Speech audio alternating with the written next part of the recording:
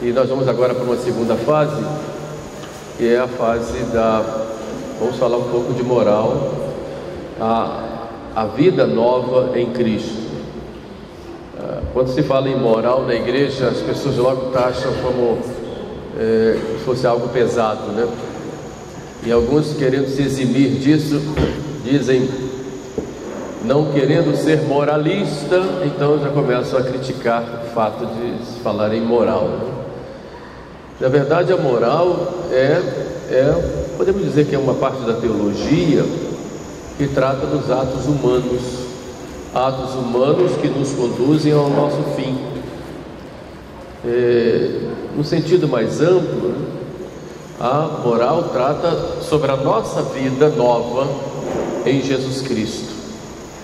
Na verdade, pelo batismo nós nascemos de novo.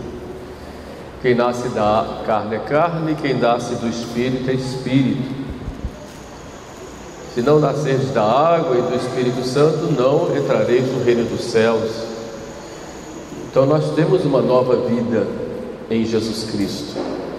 E quando nós falamos dos mandamentos ou dos sacramentos, nós estamos falando dessa vida nova em Jesus Cristo. A vida nova que nos vem trazer a verdadeira liberdade que o Senhor nos conquistou.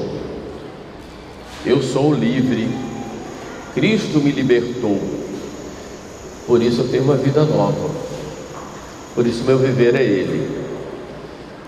Quando nós vamos estudar os mandamentos, nós vamos aprender como viver, né, essa nova realidade na nossa história, que é uma realidade nova, porque fomos batizados. Os que foram crismados têm essa realidade nova agora, numa proximidade maior com a igreja e com o nosso Senhor, mas tem também uma responsabilidade maior de ter essa vida em Jesus Cristo. Sabemos da realidade do pecado, das nossas más tendências, porém nós sabemos que para viver os mandamentos, viver essa vida nova, nós precisamos da graça de Deus. Então é importante conhecer os mandamentos. Tradicionalmente os mandamentos vêm repetindo aquilo que Deus apresentou ao povo no Monte Sinai, no Decálogo. Logos significa palavra, Decálogo, as 10 palavras que Deus deu e colocou em tábuas de pedra, entregando a Moisés. Essas tábuas de pedra representam aí o coração do homem. 2 tábuas de pedra, na primeira tradicionalmente se colocam lá os mandamentos que se referem a Deus, e na outra os mandamentos que se referem ao próximo. Isto porque, segundo o próprio Jesus, toda a lei, todos os mandamentos se resumem em 2, né? No amor a Deus sobre todas as coisas e no amor ao próximo como a nós mesmos. Então vejamos aí no primeiro dia, que gostaria de falar um pouquinho com vocês a respeito da liberdade. O que é a liberdade? Como viver essa liberdade? Nós recebemos a liberdade como algo natural. O homem é dotado de razão, de inteligência e de vontade, e por isso o homem é imagem de Deus. Passamos o homem à nossa imagem e semelhança. Então, pelo fato dele ter inteligência e vontade, a inteligência ilumina e a vontade age. E a vontade, ela tem essa liberdade de escolha, por ela que vai ser feita a escolha. E essa capacidade que o homem tem de escolher uma coisa e rejeitar outra, é o que se chama de liberdade. Essa é a liberdade natural, com a qual todos nós fomos criados.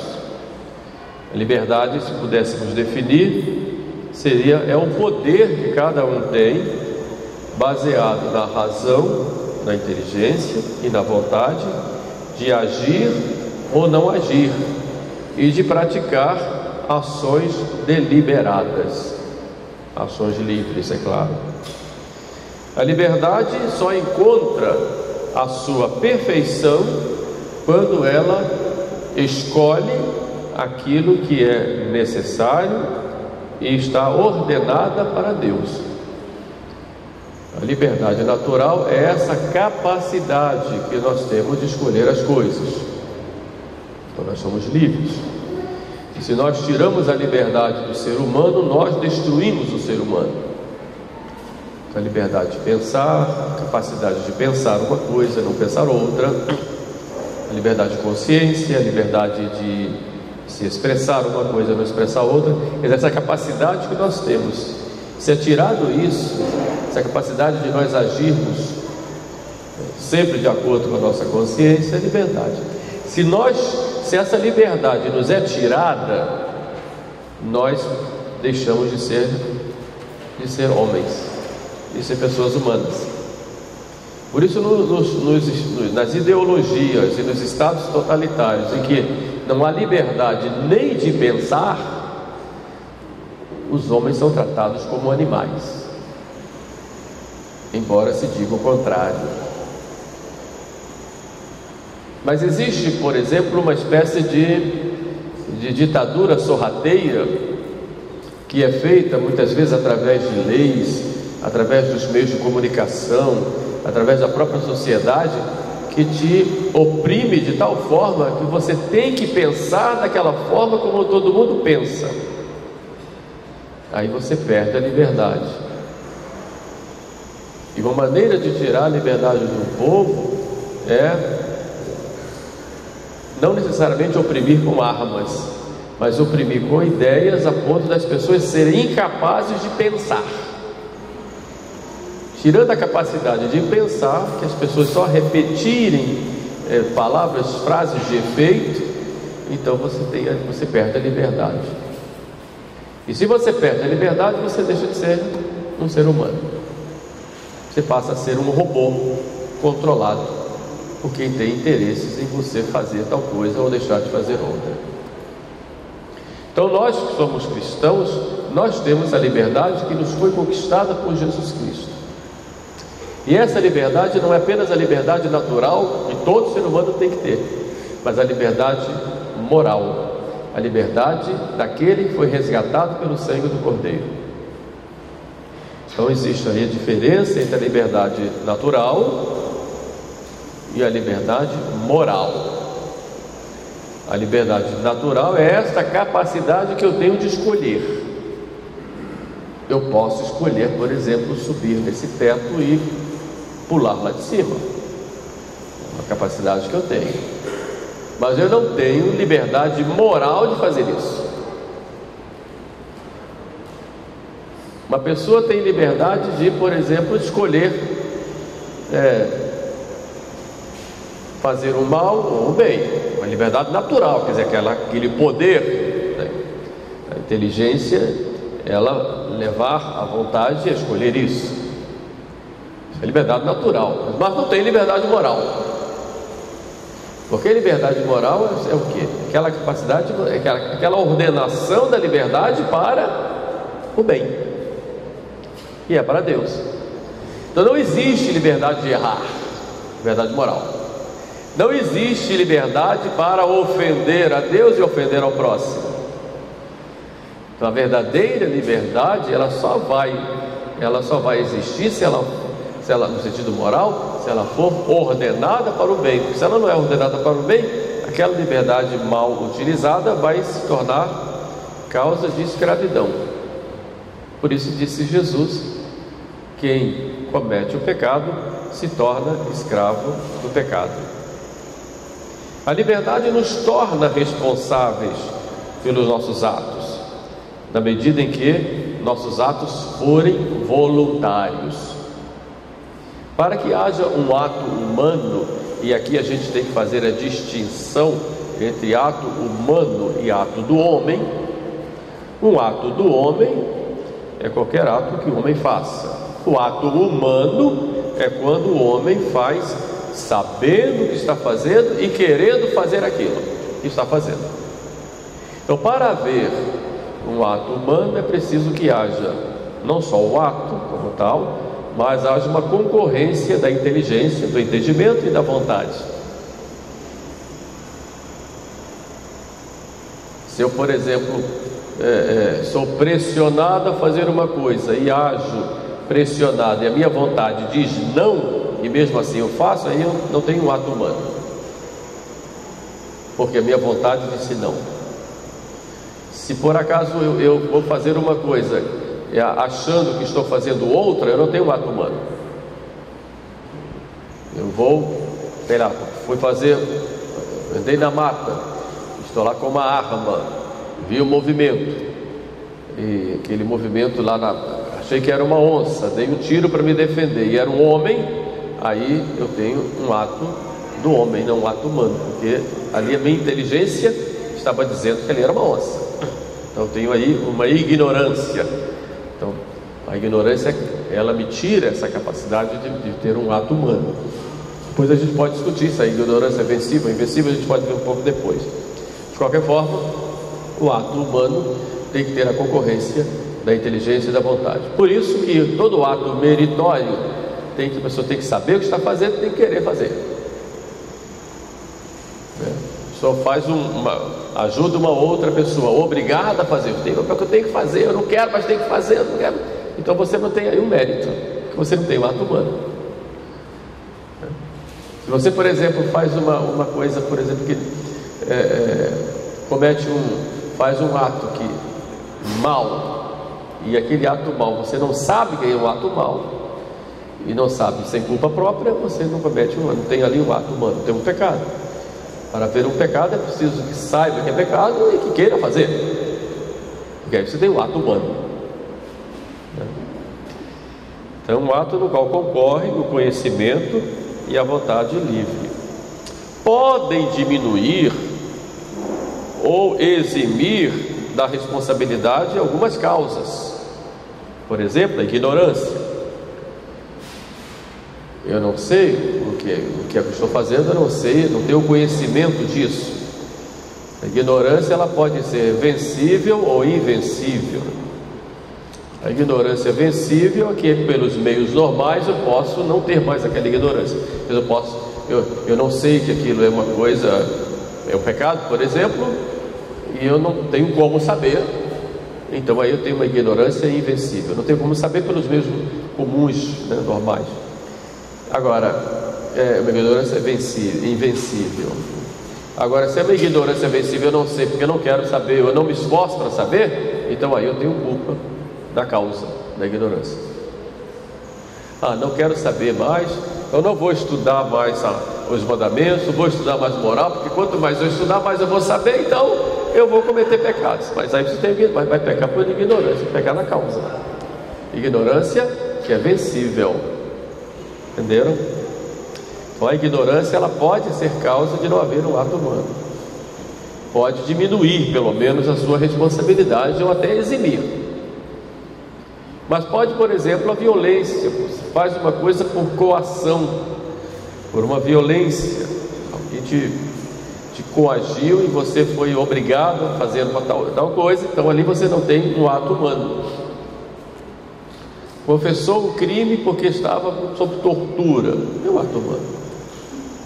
Ou então casou porque tinha uma espingarda nas suas costas, disse sim, se dissesse não, o tiro corria. Então não tem aí um ato humano. Graças a Deus isso não acontece mais. Mas ponhamos que pode ter, pelo menos diminuir a responsabilidade. Casou com a filha do patrão para não perder o emprego. Se não casar com a minha filha, eu te mando embora. Tem um ato humano aí, pelo menos diminui a tua responsabilidade. E isso vai levar, inclusive, até a nulidade no matrimônio, no caso aí específico. Por quê? Porque você disse um sim no coração, estava dizendo não, ou estava dizendo um sim apertado pelas circunstâncias. Não é? Uma paixão, por exemplo, violenta, a pessoa tem um estado grande de paixão, comete um desatino.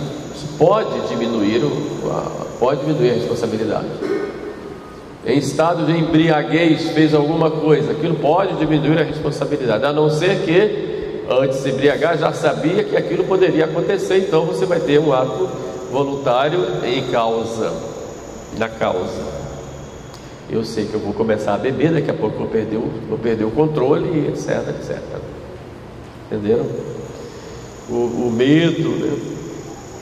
O medo pode diminuir a sua responsabilidade. Quanta coisa se faz por medo. E o medo, ele nos torna irracionais. A gente não consegue raciocinar por causa do medo. O medo é a trepidação, uma trepidação nossa em vista de um mal que pode vir ou não. Então, a pessoa agindo por medo, a pessoa pode diminuir a sua capacidade de escolha. Faz por medo, né? Os hábitos, até as afeições desordenadas podem levar a pessoa a não ter consciência ou não ter aquela capacidade de escolha. Quer dizer, você vai ter um ato humano, vai ter a liberdade quando você tiver a capacidade de escolher ou não escolher. Está ali na sua frente estão dois caminhos. Eu posso ir para um lado, eu posso ir para o outro. Se você não tem essa capacidade de dizer sim ou não, você não tem liberdade. Entendeu? Então essa liberdade, quando você tira essa liberdade, você destrói o próprio ser humano. É claro que a verdadeira liberdade vai estar na obediência, né?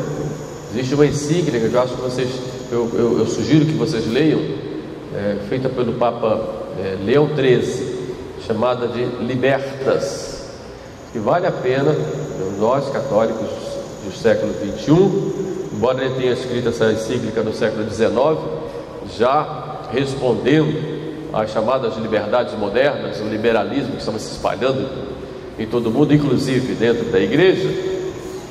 Ele já responde colocando os pingos nos is a respeito que a liberdade, fala de liberdade, a liberdade natural, depois a liberdade moral e os perigos para essa liberdade, ele coloca lá. Muito bem. Então, encíclica Libertas do Papa Leão XIII, e ele coloca lá que os mandamentos, eles são proteções para a nossa liberdade. E com a obediência aos mandamentos, nós somos livres, porque não caímos na escravidão do pecado e não nos perdemos. Agora, uma ação, como eu disse, pode ser indiretamente voluntária quando resulta de uma negligência. Foi o caso, por exemplo, eu sei que eu tenho que fazer tal coisa e não faço, e acontece um efeito ruim, então eu sou responsável por aquele efeito por negligência.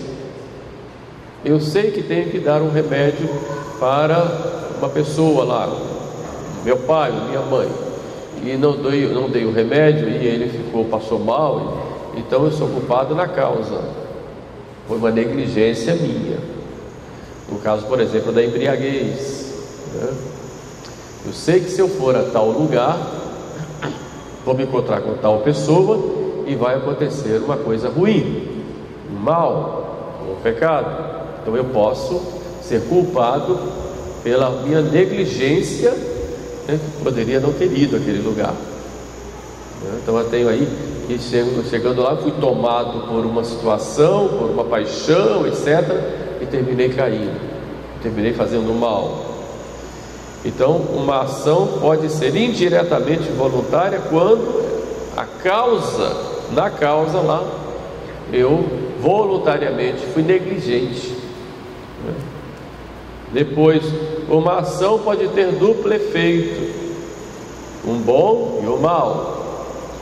O efeito mau pode ser tolerado, mas nunca querido. Por exemplo, uma mulher que tem que fazer uma cirurgia e na cirurgia vai retirar o útero. É um efeito mau, mas ela precisa, porque o útero está tomado por câncer, então ela tira. É um efeito mau. Por que efeito mau? Porque ela vai perder, não vai poder mais ter filhos, etc. E vai fazer uma amputação. Efeito mau.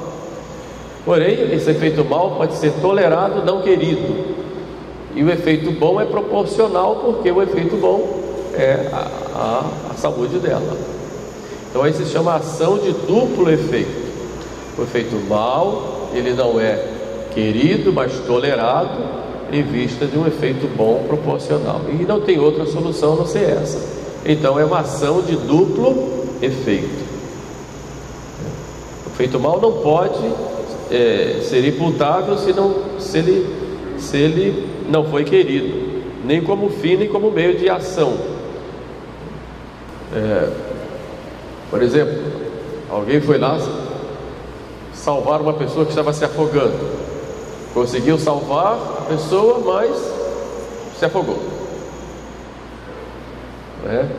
Então aí essa morte dele, ele não quis morrer, ele quis salvar alguém. Então aí efeito mal não foi buscado diretamente. Então não pode ser imputado a ele isso. Entende? Para que o efeito mal seja imputado, é preciso que eu preveja e que eu tenha opção de evitar. Se eu não tenho opção de evitar o mal, então eu não tenho uma liberdade, então aí eu não tenho um ato humano. Entenderam? É o caso, o menino foi lá salvar o colega que estava se afogando. Ele lutou muito lá com as ondas, conseguiu salvar o colega, para o colega voltar, e ele já estava tão cansado que não conseguiu e terminou morrendo afogado. Esse efeito mal não era previsível e ele não tinha como evitar ali, então não vai dizer que ele se suicidou. Entenderam? Então ali você tem um efeito mal que ele não pôde evitar. Toda pessoa humana tem o direito natural de ser reconhecido como um ser livre e responsável.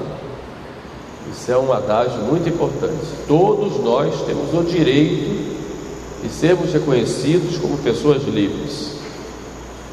A liberdade humana, ela tem algo de espiritual, ou ela é espiritual. Isto é, ela é fruto da inteligência e da vontade. E está sempre imersa no psiquismo de todo homem interior. A liberdade, ela é, em primeiro lugar, interna. Porém, a nossa liberdade, ela é uma liberdade ferida. Uma liberdade ferida pelo pecado, porque somos todos filhos de Adão. Então Deus, que nos criou livres, quando entra o pecado na história humana, essa liberdade fica ferida. Santo Agostinho, ele resume isso numa frase muito interessante. Quando Deus criou o homem numa perfeita ordem. O corpo sujeito à alma, a alma sujeita a Deus. Quando pelo pecado a alma deixou de se sujeitar a Deus, o corpo deixou de se sujeitar à alma e o homem perdeu a liberdade. Então é a famosa luta da carne contra o espírito. Essa revolta, a gente usa carne aqui não no sentido só do ponto de vista da carne humana, como carne mesmo, mas carne aqui no sentido daquela tríplice concupiscência, sede desordenada, de prazer, de poder, de dinheiro, de bens materiais. Então aí nós perdemos a nossa liberdade, não perdemos, é claro, mas nós temos a liberdade ferida. Por isso São Paulo vai dizer: se faço o mal que não quero, não faço o bem que quero, exatamente porque ele sente na carne esse demônio que esbofeteia o tempo todo e que tem essa liberdade ferida. Essa liberdade real nos foi conquistada por Jesus Cristo. O sangue de Cristo nos traz de novo a liberdade. Então a nossa vida nova em Cristo é uma vida livre. Deus nos deu essa liberdade pelo sangue de seu Filho. Então por isso, nesse sentido, é que nós podemos chamar Jesus Cristo libertador, porque libertou o homem do pecado e deu ao homem a verdadeira liberdade. Não chamar Jesus Cristo libertador no sentido materialista, libertar das opressões humanas e da opressão que ele mesmo faz a si mesmo, como dizia Marx. Não, mas essa liberdade que Cristo nos traz, a liberdade do seu sangue na cruz, que nos torna livres do pecado e que nos coloca unidos a Deus. Quando a gente sai, por exemplo, do confessionário, a gente sai pulando de alegria, porque a gente ali ficou livre. Só que nós somos tão malvados que acabou aquela liberdade. Aí vem lá uma tentação com uma corrente muito bonita de ouro, e a gente vai dar as mãos e a corrente vai lá, mas é de ouro, né? Mas aqui você é preso, você está preso.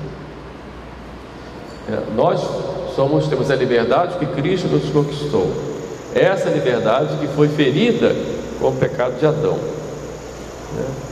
E as inúmeras escravidões externas são imagens desta ferida interior que nós temos. E nós temos tantas escravidões no mundo. Muitas vezes a escravidão é o próprio eu, a própria vontade mal regrada, digamos assim. Então as tentações podem nos fazer, porque quando nós escolhemos mal, a nossa liberdade foi ferida, e pela escolha má nós vamos e nos escravizamos. A escravidão de uma paixão, a escravidão de uma pessoa para com outra sentimentalmente, escravidão pelo dinheiro, escravidão pelo poder, e a pessoa perde todo o sentido, né, da vida. Para Lutero e para os primeiros reformadores, Lutero, Zwinglio, Calvino, eles diziam que a natureza humana já está corrompida na sua essência. O homem não é livre. Na sua essência a liberdade foi atingida. O erro deles foi esse. Por isso, se foi atingido ali, o homem não vai ser livre nunca. Ele vai ser sempre escravo das suas paixões. Por ser escravo das suas paixões, ele não tem outro jeito a não ser dizer: creio no Senhor Jesus. O Senhor Jesus não vai olhar os meus pecados, porque eu creio nele e eu continuo como escravo. A liberdade vai ser sempre uma coisa como que exterior, nunca vai atingir o âmago, o centro do homem, que eu não vou ser livre nunca. Por isso, o homem não é livre. Quer dizer, está radicalmente, esse foi o erro do Lutero, o homem está radicalmente voltado para o erro, e a vontade dele não tem outra opção a não ser errar. Por isso, ele diz: peca fortemente e crê mais fortemente ainda.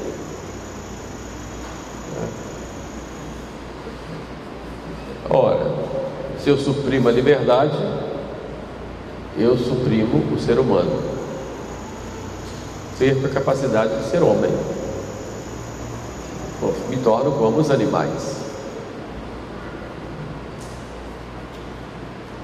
A ideia que o homem tem é terrível nesse sentido. Essa semana, acho que semana passada, um prefeito de uma cidade aí no interior do estado do Rio disse claramente, né, lá numa inauguração de uma creche, uma coisa assim: tem muita criança que tem que castrar essas meninas para que não tenham mais filhos. Que absurdo ter tantos filhos assim. Não é preciso castrar essas meninas porque fica dando trabalho para a prefeitura de ter que fazer creche, não vai ter creche que chegue. Absurdo isso. Por acaso são animais? Mas para ver o sentido que essa pessoa tem de liberdade. Aqueles que estão sujeitos a mim, eu trato como animais. Então eu vou regulamentar quantos filhos deve ter e sua capacidade de gerar ou não gerar. Quer dizer, eu fui lá e tratei como um animal e acabei com a liberdade da pessoa. Então essa mentalidade totalitária, ela destrói a pessoa. E se eu digo que tem que castrar as meninas para não terem filhos, eu estou tirando totalmente a liberdade de escolha dessas meninas. Mas eu quero ter um filho. E aí? Mas eu quero ter um filho. Tirei a liberdade, transformei em um animal. Entenderam? Existem certas ideologias que têm as pessoas como se fossem animais. Animais. Depois a própria pressão social, ela torna a pessoa como animal. Imagina uma menina, por exemplo, que foi violentada por uma criança, foi violentada por um adulto e engravidou. A pressão da mídia, dos meios de comunicação em geral, da sociedade, tem que tirar, tem que abortar. A pressão é tão grande que a pessoa fica até sem capacidade de raciocinar. Há casos, e a gente conhece pelo menos um, em que a menina foi retirada dos pais, colocada num centro, e naquele centro ali tinha só pessoas abortistas, e na história de que vão dar apoio, e resultado, a menina terminou indo para um hospital, e foram lá e fizeram o aborto da menina, em modo, aspas e muitas aspas, legal. Exatamente, a família, nem a menina teve a capacidade de escolher. Por quê? Porque quando não se tem liberdade, você é um animal. Então, assim como eu faço com os animais, quer dizer, em tese, porque hoje os animais gozam de mais liberdade do que o ser humano, né? Em muitos lugares aí, as pessoas até dizem: nossa, ele é temperamental, ele é genioso, olha só, um cachorrinho, um gatinho, etc. Tem que deixar livre, né? Solta lá na mata, porque o habitat natural, porque ele tem que ser livre. O pássaro tem que ser livre, a tartaruga tem que ser livre, o macaquinho tem que ser livre, né? As cobras têm que ser, todos os animais têm que ser livres, menos o homem. Viramos tudo. Quer dizer, os animais que não são livres porque agem pelo instinto. O escorpião vai dar a sua picada e vai soltar o seu veneno, mesmo que você o tenha salvo de algum perigo, porque é o instinto dele. Ele não é livre. Não existe liberdade, porque ele age pelo instinto. A ele eu vou dizer assim: você é livre. E o escorpiãozinho, você é livre. Agora o ser humano não é livre. Faz aquilo que ele é ordenado por alguém, por uma sociedade, etc, etc. Então, suprimir isso no ser humano é tornar o homem, a gente dizia antigamente, como os animais, mas hoje a gente acha que os animais têm mais direitos humanos do que os humanos, né? Então vamos ficar piores do que os animais, piores do que os animais.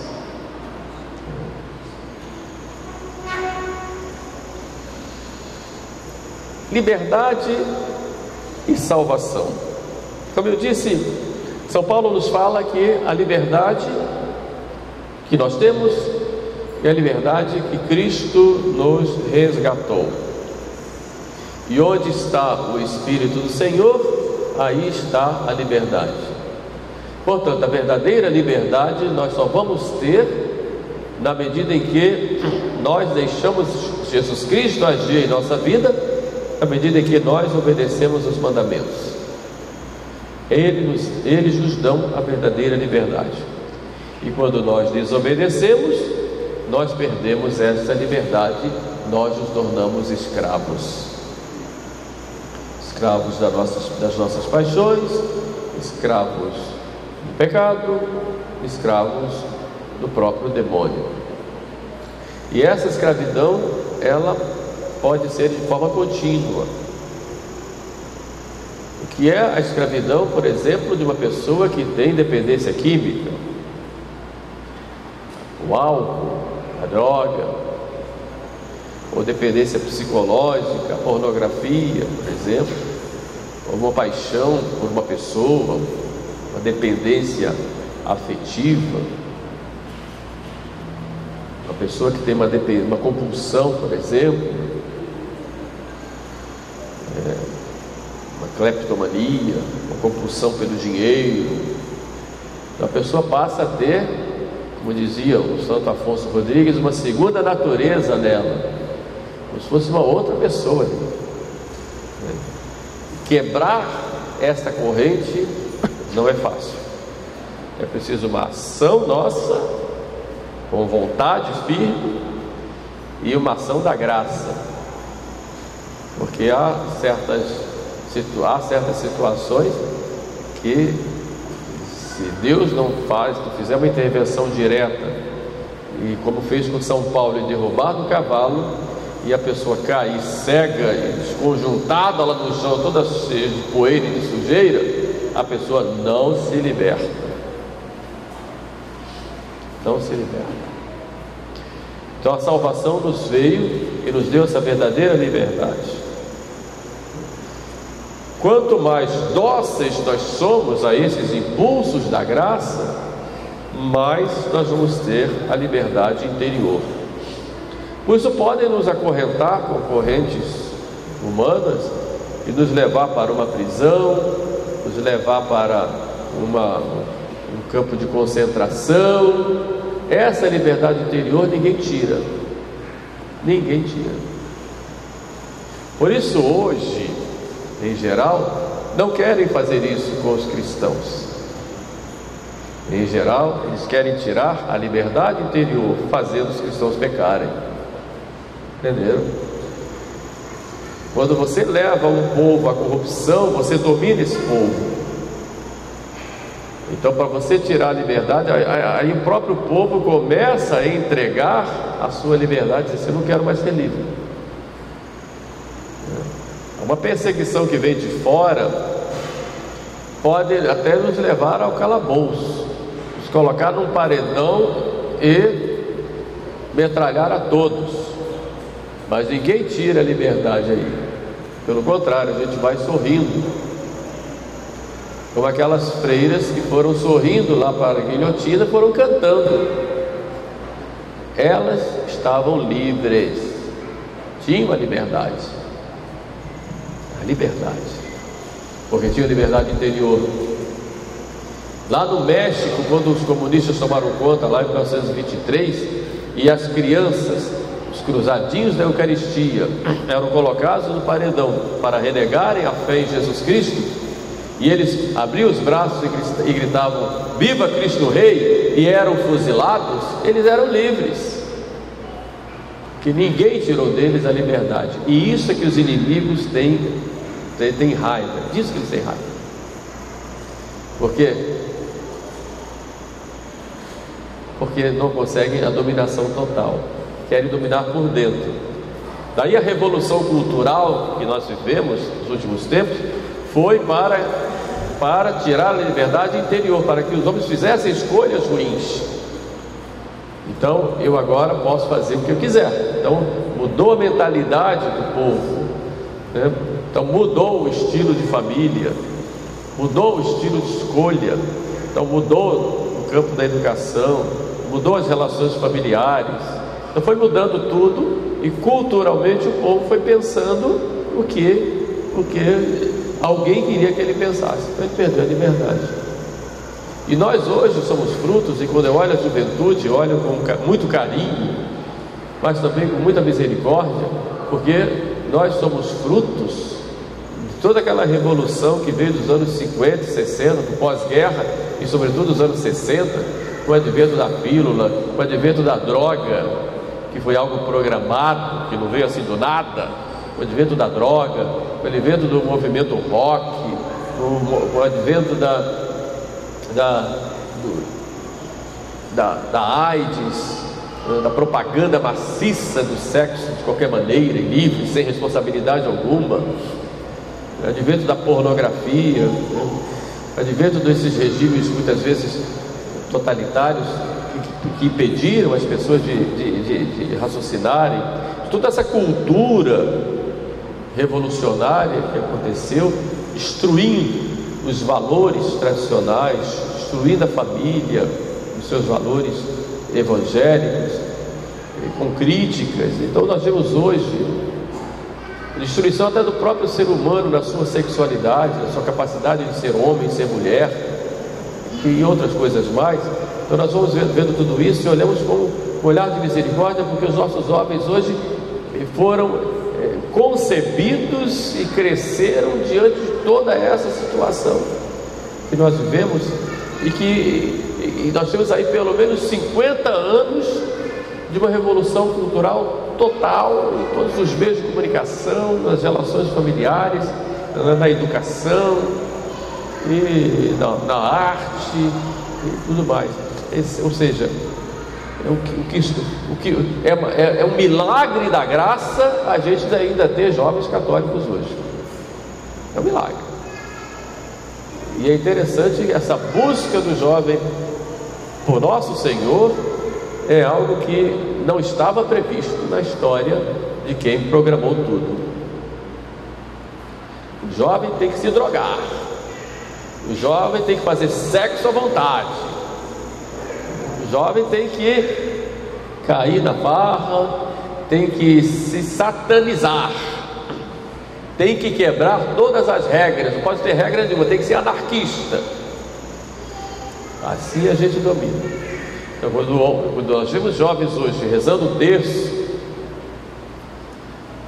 embora muitas vezes sejam chamados de fundamentalistas ou fanáticos, pode chamar do que quiserem, nós vemos isso aí, um milagre da graça. Quando vemos casais jovens se casando, querendo ter filhos, educar os seus filhos no caminho do Evangelho, no caminho de Deus, esse é milagre da graça, porque não era para acontecer isso. Por isso existe hoje grande perseguição ideológica àquilo que a igreja sempre ensinou, inclusive dentro da igreja. São moralistas, são fundamentalistas, são atrasados, estão fora da realidade, são muito devocionais, não são engajados. Essa é a ideia que se passa. Então, mas tudo isso por quê? Porque não se conseguiu tirar a liberdade, embora se trabalhe muito para isso. Então é possível que, uma vez que não se conseguiu tirar essa liberdade interior, então é possível que, num ato de desespero, procure então tirar a liberdade exterior. Então vamos prender essa gente aí, porque é a única maneira que tem da gente dominar. Entendeu? Então nós que somos cristãos, o que nós queremos? Queremos só viver a nossa liberdade de filhos de Deus. Queremos viver a nossa fé, queremos seguir a nosso Senhor Jesus Cristo, queremos obedecer aos mandamentos. Então, só isso. Não é nada. Queremos salvar nossa alma. E queremos, porque nós amamos tanto a Jesus Cristo, queremos que Ele seja amado e conhecido. Pronto. Por isso queremos Jesus Cristo não só dentro do nosso coração, mas queremos na nossa casa, na nossa família, na vida pública.